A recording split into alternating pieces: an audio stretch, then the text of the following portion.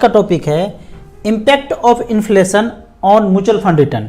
यहाँ पे हम पहले मार्केट का बात करते हैं। मार्केट का रिटर्न अगर आप वाइडली चेक करेंगे तो जीडीपी प्लस इन्फ्लेशन होता है। यदि जीडीपी 7% है और इन्फ्लेशन 6% है तो दोनों का जोड़, किसी भी देश का जो ग्रोथ है जीडीपी है प्लस वहाँ का इन्फ्लेशन है, दोनों का जोड़ मार्केट का रिटर्न होता है। तो 7-13% का रिटर्न हुआ।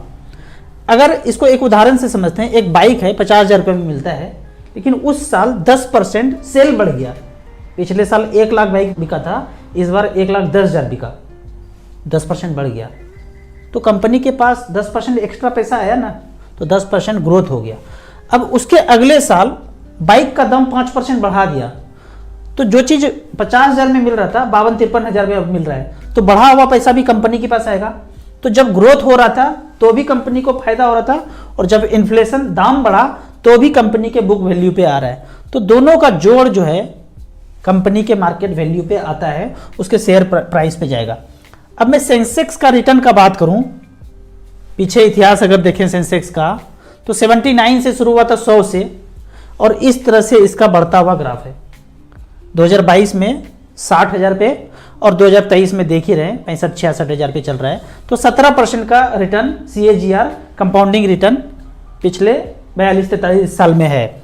अगर यहाँ से फ्यूचर का बात करें, अभी जहाँ पे सेंसेक्स है, अगर 12% रिटर्न यहाँ से मिले तो 2025 तक 94,000 पे सेंसेक्स दिखेगा, और यदि 15% का रिटर्न हो तो 1 लाख पे सेंसेक्स दिखेगा। जो लोग बोलते हैं ना कि मार्केट बहुत बढ़ गया है, अभी रुक जाते हैं, बाद में जमा करेंगे, तो वो लोग 1 लाख तक इंतजार करते रहेंगे और पैसा जमा नहीं कर पाएंगे।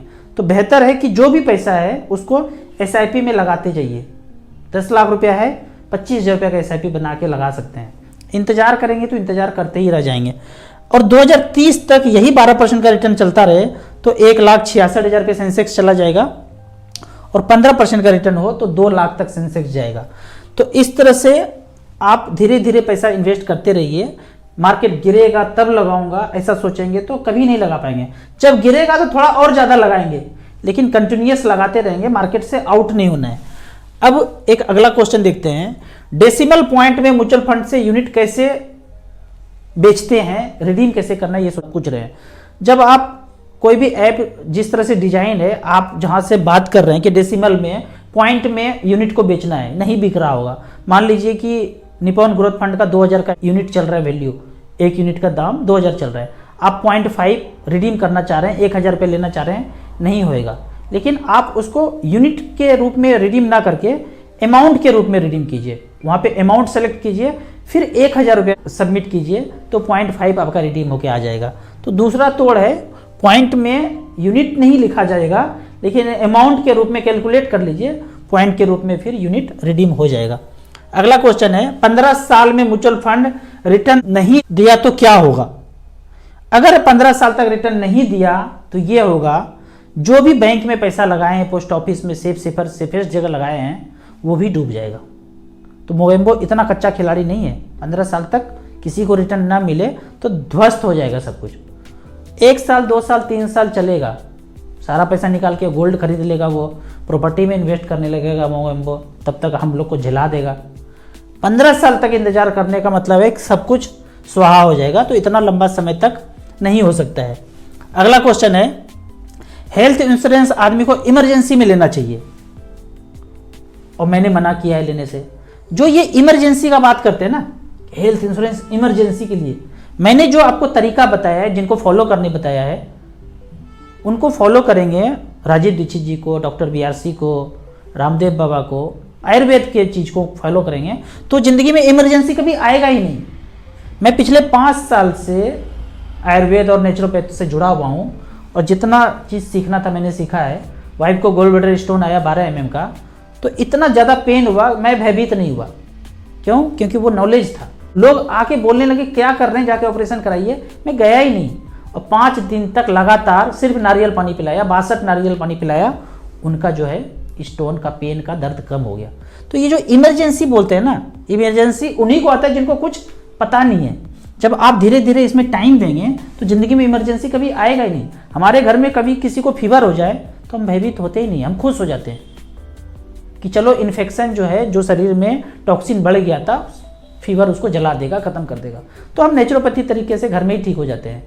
तो इमरजेंसी का नाम मतलब जिनको कुछ नहीं पता है उनके ज़िंदगी में इमरजेंसी आता है। हमारे ज़िंदगी में, हमारे फैमिली मेम्बर्स में कभी इमरजेंसी आता ही नहीं है। इमरजेंसी आने के पहले हम घर में क्योर कर लेते हैं। तो ये तरीका कुछ अलग है। धीरे धीरे 8 साल 10 साल में समझ में आएगा कि राजू भैया बोलना क्या चाहते हैं। तो ये नहीं लेना है पॉलिसी, अगर लेना भी है तो आयुष का कवर जिसमें है वही हेल्थ इंश्योरेंस लेना है। Raju ji, small cap mid cap में क्या टैक्स सेविंग नहीं होता है? नहीं होता है। जो टैक्स सेविंग का जो क्राइटेरिया है, आप स्मॉल कैप ले लेंगे, मिड कैप ले लेंगे, उसमें टैक्स का बचत नहीं होगा। जो भी टैक्स का फंड होगा उसमें टैक्स लिखा होगा, ELSS के अंडर आएगा, वो 3 साल तक पैसा लॉक हो जाएगा। मोस्टली देखा गया है कि लार्ज कैप में वो पैसा इन्वेस्ट करते हैं। मोस्टली ऐसा क्यों करते हैं, मुझे कहीं पे रिटर्न में नहीं दिखता है कि टैक्स सेविंग ज़्यादातर लार्ज कैप में पैसा इन्वेस्ट क्यों करते हैं। ज़्यादातर पोर्शन 80% 90% स्मॉल कैप में क्यों नहीं इन्वेस्ट करते हैं, ये मुझे कभी रिटर्न में नहीं दिखता है। अगला क्वेश्चन है कि सर म्यूचुअल फंड में कितना अमाउंट होने पे ITR फाइल करना पड़ेगा, और म्यूचुअल फंड से अमाउंट निकालते समय सेविंग अकाउंट में आएगा, विड्रॉल करते समय तो इनकम टैक्स का नोटिस आ सकता है। ये तो अलग अलग क्वेश्चन है और अजीब सा क्वेश्चन है कि म्यूचुअल फंड में कितना अमाउंट करने से ITR आ जाएगा। आप जितना वाइट पैसा कमाते हैं, मान लीजिए कि साल का आप 5 लाख कमाते हैं तो कोई टैक्स नहीं बनता है। 3 लाख छूट है, 2 लाख रुपया आप टैक्स सेविंग में इन्वेस्ट करते हैं तो कोई आपको टैक्स आना नहीं है। जब कोई टैक्स आना नहीं है तो नहीं भरेंगे तो भी चलेगा, भर देंगे तो भी चलेगा। तो 5 लाख तक इनकम है, आप 2 लाख रुपया मान लेते हैं कि म्यूचुअल फंड में इन्वेस्ट करते हैं, टैक्स बचाने के लिए भी करते हैं और NPS में करके 2 लाख रुपये बचाते हैं। तो उतना पैसा आप जमा करते रहेंगे, मान लेते हैं कि 1 लाख रुपया पर मंथ आप जमा करते रहेंगे और ऐसा 20 साल तक किया, 20 लाख जमा किया, वो बढ़ के 2 करोड़ हो गया, तो क्यों कोई टैक्स आएगा? आपने वाइट पैसा ही जमा किया। अभी इलीगल काम करेंगे, कमा रहे हैं 10 लाख और जमा कर रहे हैं 1 करोड़, तो भैया कहाँ से आया? तो ITR तो पूछा जाएगा। तो जितना आप कमाते हैं वाइट में इन्वेस्ट करते रहिए, कभी कोई लेटरबाजी नहीं आएगा ITR से।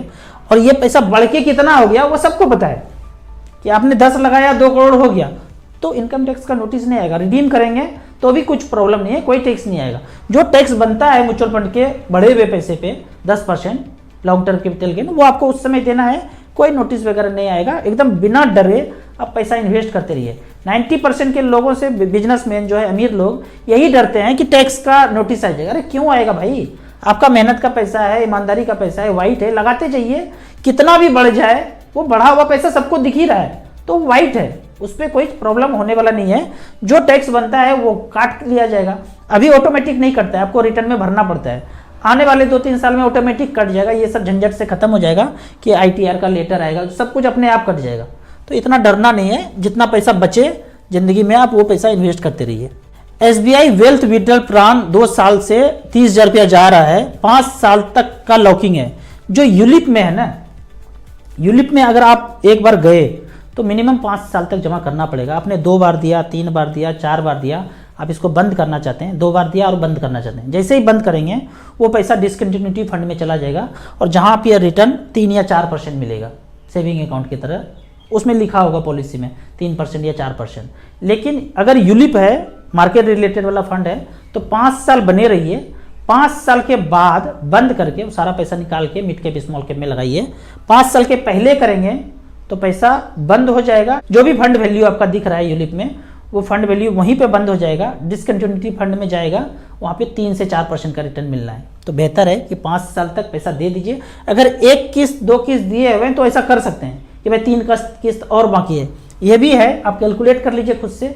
मैं आपके जगह होता तो 2 साल दिया हूँ, बंद कर देता, डिसकंटिन्यूटी फंड में चला जाएगा, 3 ही 4% मिलेगा।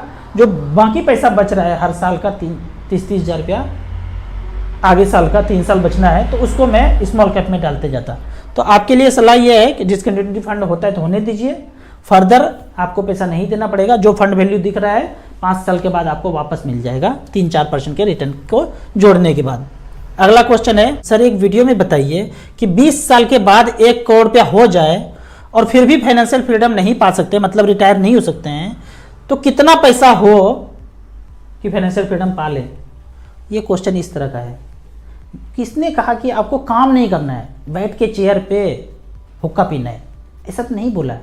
फाइनेंशियल फ्रीडम पाने का मतलब है जो आप कोहलू के बैल के तरह सुबह 9 बजे से लेके रात के 8-9 बजे तक आते हैं ना, वो काम छोड़ देंगे। मैं ये बोलता हूँ कि जिंदगी में पहला 1 करोड़ रुपया जिसके पास आ जाएगा वाइट में, तो क्या वो जबरदस्ती नौकरी करेंगे, बिना मन से काम करेंगे? तो आप कहेंगे राजू भैया वो तो नहीं करेंगे, अपना काम करेंगे, मन का काम करेंगे, जहां मन लगता है वो करेंगे। मैं वही तो करने बोलता हूं। मेरे पास जब पहला 1 करोड़ आया तो छोड़ा सब कुछ काम और अपने मन का काम कर रहा हूं। आप देख रहे हैं कैसा जलवा बिखेर रहे हैं। तो उसी तरह से आपके पास जब जिंदगी में 1 करोड़ रुपया आ जाएगा तो आप वो कीजिए जिस काम में आपको मन लगता है। जो काम आपके लिए काम ना लगे, एकदम लगे खिलौड़ कर रहे हैं, तो ये कहता हूं मैं, ये नहीं कि काम करना बंद कर देंगे। और यकीन मानिए जो आप अपने मर्जी का काम करेंगे तो अच्छा खासा पैसा कमा ही लेंगे, बैठने किसी को नहीं बोल रहा हूं। तो पहला 1 करोड़ या पहला 50 लाख रुपया पाने का मतलब है कि फाइनेंशियल फ्रीडम पा लिए हैं। अब जो काम करेंगे हम अपने मर्जी का करेंगे। पहले हम पैसे के पीछे भागते थे, अब हम पैसे के पीछे नहीं भागेंगे, कुछ ऐसा काम करेंगे कि पैसा मेरे पीछे भागे। अभी आपको समझ में आ गया होगा।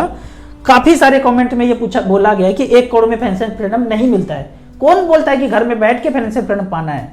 वो करना है जो मेरा मन करता है। इसके लिए मैं पहला सिक्योरिटी हो गया कि भाई 1 करोड़ है, जीवन यापन हो जाएगा। अब वैसा काम नहीं करेंगे जिसमें मुझे दिल ही नहीं लगता है, वही काम करेंगे जिसमें हमेशा हमारा दिल लगता है। और इसको अचीव करने के लिए सिंपल फार्मूला मैं बताया हूँ कि 15,000 15 साल 15% जिंदगी का झोंकेंगे तो 27 लाख जमा करेंगे, 1 करोड़ रुपया आपकी जिंदगी में आ जाएगा। नहीं किए हैं, अभी तक नहीं जानते थे, कोई बात नहीं। 7,500 करेंगे, 50 लाख रुपया का टारगेट फिक्स रखिए। 40 हो जाएगा, 35 हो जाएगा, हो जाएगा। 1-2 साल और टाइम दे देंगे। आप कहते हैं कि 15% नहीं मिला तो, अरे नहीं मिला तो 15 की जगह 17 हो जाएगा, क्या फर्क पड़ता है? 2 साल बाद ही मिल जाएगा। 2 साल के बाद ही वो काम छोड़ देंगे जो सुबह से शाम तक मंडे से बेचैन होकर गाली दे के काम करने जाते हैं।